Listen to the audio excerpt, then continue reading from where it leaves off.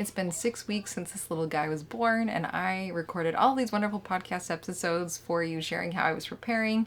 But now we've lived 6 weeks of life and realized some of those plans and dreams and hopes, and I wanted to give you an update on how it actually went. Hi, I'm Jessica Jackson, and this is the new way to thrive in motherhood by leaning into who you are, what you love, your unique family situation, and personal mission to create a life that you actually want to live. I want to invite you to join me in saying no to the life of the exhausted supermom, burnout, victim thinking, being pulled in so many directions, suffering through survival mode, or being lost in motherhood, and say yes to building strong families and moving forward on our greatest goals in order to create a fulfilling life that we are excited to wake up to each day and become a soaring mother. This is the Thriving in Motherhood podcast. All right, the first update I want to give is from that episode I did about what would this look like if it were awesome. And I'm happy to report that it went great. Those hopes and dreams were realized. So the very first week of this little guy's life, my mom was able to fly out from out west and be able to spend a week with us. And that was wonderful and so helpful to have 3 adults, 2 of them walking around and able to help keep kind of just our regular life maintained. And we thoroughly enjoyed The Mitchells, which is the book that I bought for our family read-alouds at night. And the kids were able to use the activities that I got and quietly all be in the same space in the evenings. And that time really became a wonderful time for our family, those evenings, which is not normally how things go for us. So I was really, really grateful for that. The second week, we did the baby camp activities that I planned. And that was great because the kids were able to do their basics for school, and then we would jump into a baby camp activity. And it was so empowering for me to have a clear plan every day and something the kids look forward to every day. And if Andrew needed to go on campus or get things done and I was just by myself with the kids, I didn't feel without a plan. It was really exciting for me to feel hopeful when my mom left instead of like despair and what am I going to do. So that was incredible. Now I will say things did start to break down for me at about, so week 3 we jumped into Alvieri, and all of those plans that I put together and I kind of walked you through for our homeschool planning have been working, both in the sense that it's super easy for me to grab the supplies or my kids to grab the supplies and us to just open and go. Like for real, I love not having screens involved. I love not trying to keep track of the schedule.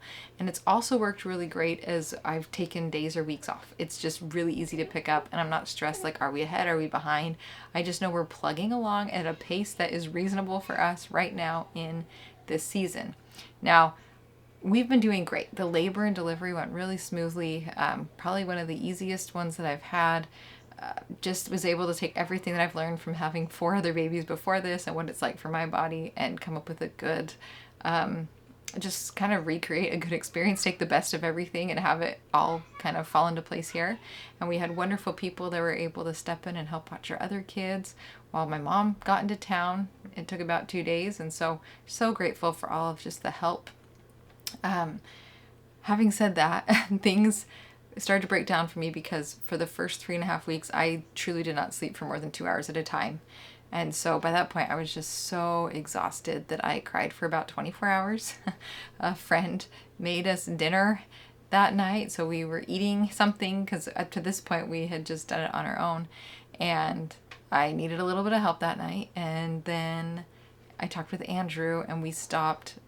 Anyway, I was kind of doing all the baby all the time at night and started taking it so that once we did bedtime with our other kids, he would take this little guy and I would feed him, and then he would take him downstairs to be able to let me just sleep earlier in the evenings instead of going to bed at like 10 or 11 when he settled. I'd be able to go to bed at like 8, maybe 9 when he settled and get at least a good 5-hour stretch. And as long as I can get a 5-hour stretch at night, I can at least function during the day, which is what I've been living on ever since, and it's so much better. So very grateful for that. And then let's see, I've simplified. So my technology update you saw, that has been working. However, after a few weeks, I decided, you know what? I am not going to even pretend to keep up with exercising right now in any way, shape, or form. That just is not going to hit the top of the list. Right now, my priorities are making food for people and myself, which has been going really well. My kids have been laughing because I've been strictly on making dinner in the morning because I know it cannot happen in the afternoon. So making dinner in the morning plan, homeschooling my kids, and sleeping. That has been my priorities. I have not really worked at all on anything podcast related, and just enjoyed my family. And I'm grateful for that. That's about all I can handle right now. But what's really exciting is that we're handling those things well. And I've been really excited because since we spent all this time in my pregnancy when I realized, oh, I need to set up life for when it's at my worst and not at my best. And I created all these new systems, and they've been working so well. Even when I'm sleeping in, even when I'm, out of the, not right engaged with everybody because I've got the baby, we're able to quickly reset our home. And what's so wonderful, I didn't realize what a gift it was to be able to have a newborn and recover in a fairly peaceful space where the rooms are clean and it just feels good to be there. I've never had that before. And it's really empowering that my kids and I, and Andrew, have been able to do it for ourselves together. It's been really exciting and felt really, really good. I will say when it comes to homeschooling, we've been hitting our floor more than our ceiling. So what I mean by that is I've kind of set the bar of like, okay, these are the absolute have-tos. And a lot of them are for my oldest, who's in 6th grade this year. And that's where my energy goes, like helping her be successful with the things that she needs to do. And then other kids at different levels are bonuses. Like I've got certain priorities for different kids, and we don't do alveary on my floor days, all of the extra bonus subjects. So for us, it's like math, piano, spelling, some writing. That's our floor. That's the basics that need to get done. And then above and beyond that is really exciting. And I would say we're hitting the floor every day of the week. And then our ceiling, we probably get to twice a week right now, which I'm really pleased with. We also have joined a science co-op. So we're out of the house twice a week for that. And we still have our homeschool group that we go to one day a week. So those are 2 different, groups of people. And so we have some of those as well that are just happening as we go. So, yeah, and we've just have also been pulling in some other really great learning resources, watching some like true story documentaries, started listening to some podcasts in the car while we're driving around and learning about the periodic table of elements and things like that. So just kind of going with some more organic learning, not staying anchored to a specific curriculum. And that's been great. It's been great. It's been different, but it's been good.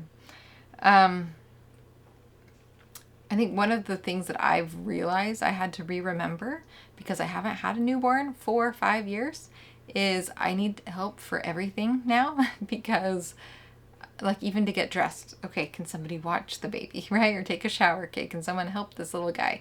If I want to go somewhere, there has to be a plan for that, not just for my older kids that were once self-sufficient, but now with him as well. And so that's been humbling, but I would say I've handled that better because now I just ask for what I need instead of having a total breakdown. So that's exciting. Yeah. So in a nutshell, because I don't have much more time before this little guy wakes up, things have gone well, but it has 100% been a roller coaster. There's some really hard days that are especially tied to when I'm not sleeping. I'd say sleep for me, like the nights or the days when I don't sleep much are really hard, and I don't take naps. You guys, if you listen to this for any length of time, I've been anchored to my afternoon nap times for years and years and years, and I've had to give those up. I have not had unless Andrew's home like on a Saturday and I can facilitate a nap, the stars just do not align. It takes him too long to fall asleep and stay asleep, and by the time I've done that, then the other kids are done with me not being around, and because it's been a long time. Newborns take a long time to solidly sleep for more than 10 or 15 minutes. So, I have not had a nap in a long time. So because of that, and sleep is interrupted at night, my functioning just kind of comes in and out based on how much sleep I'm getting. But to be honest, it's nice that that's the main problem. He's eating great. For a newborn, he's sleeping really well. It's just kind of figuring out how to juggle that and everything else.